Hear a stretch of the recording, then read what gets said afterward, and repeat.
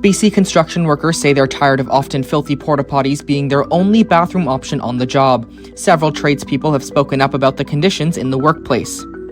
The BC Building Trades Council announced Thursday it is demanding flushing toilets be required on work sites with 25 people or more. The council represents more than 40,000 unionized workers.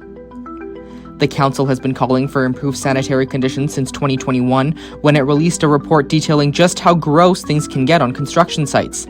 Now it has launched its Get Flush campaign, urging the BC government to take action. Tradespeople tied to the campaign have opened up about the times when they won't go to the washroom all day because the portable toilets available are so unsanitary.